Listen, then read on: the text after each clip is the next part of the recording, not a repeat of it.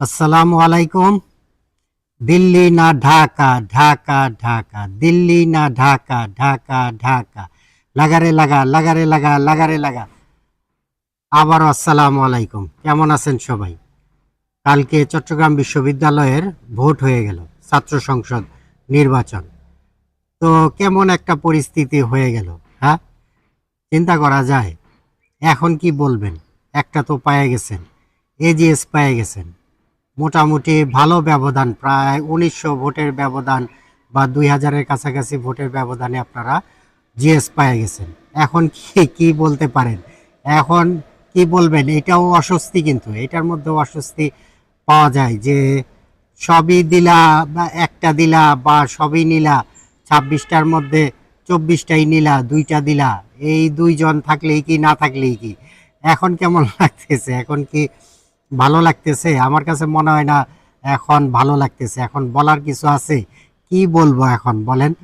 এখন ওদের বলার আছে কি? ওরা কি কিছু বলতে পারবে? ওরা এখন বলবে শুধু লাগারে লাগা, লাগারে লাগা। এটা আবার কেমন কথা? এটা কি স্লোগান? এটা কোনো স্লোগান হইলো? এই স্লোগান দিয়ে কিভাবে কি করবে? একটা হাস্যকর পরিস্থিতির মধ্যে পড়ে গেছে।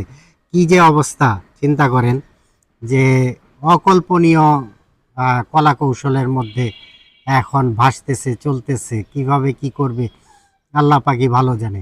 আজকে রাজশাহী বিশ্ববিদ্যালয়ে নির্বাচন, এইখানে কি হইতে পারে? এইখানে তো এখন আবার এই চট্টগ্রাম বিশ্ববিদ্যালয়ের ভয়টা ঢুকে গেল। যদি ভিপি দিয়ে দেয়, যদি জিএস দিয়ে দেয়, যদি এজিএস দিয়ে দেয়, তাহলে তখন কি করব? মনে করেন যে এমন একটা পরিবেশ এখন তৈরি হয়েছে যে এই করোনার রাজনীতি আর কতদিন? কালকে বগুড়াতে মহাসচিব একরকম খুবই অনুতাপ, আক্ষেপ, তার খুবই দয়া, একটা একটা সে ভাষণ দিছে, যেই ভাষণের বিশ্লেষণটা সবাই করছে, যে কান্নাকাটি শুরু হয়ে গেছে। এরকম একটা অবস্থা কেন রে ভাই?